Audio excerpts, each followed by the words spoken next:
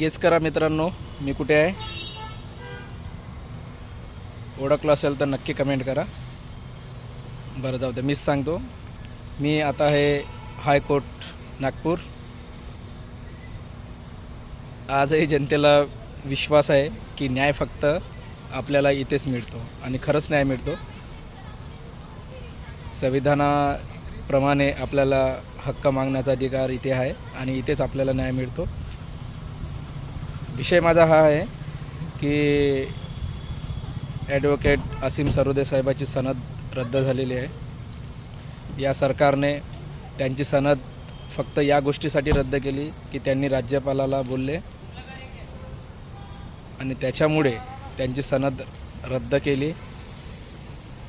आणि संविधानामध्ये तरतूद आहे की आपण स्वतंत्रपणे आपल्याला बोलण्याचा अधिकार आहे आणि तो अधिकार आता हळूहळू कमी होत चालला आहे असं स्पष्टपणे दिसून येत आहे. कारण एवढ्या मोठ्या ॲडव्होकेट असलेल्या माणसाचं सनद रद्द होऊ शकते फक्त आणि फक्त येणाऱ्या 12 नोव्हेंबरला शिवसेना गटाची सुनावणी आहे. तर त्यामुळे त्यांची सनद आधीच रद्द केली. तर तुम्ही समजू शकता की आपल्या देशामध्ये काय चाललेलं आहे.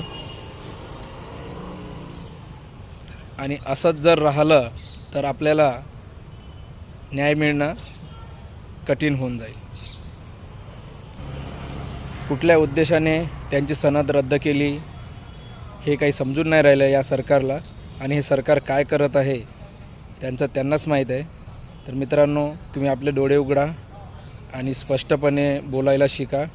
कारण बाबासाहेबांना सांगितलं आहे, शिका, संघटित व्हा आणि संघर्ष करा.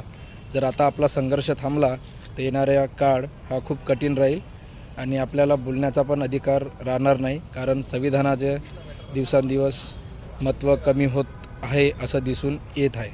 तर तुम्हा सर्वांना विनंती आहे की बोलणं शिका, निर्भीडपणे बोलणं शिका. खोट्याला खोटं आणि सत्याला सत्य बोलता आलं पाहिजे. आणि हे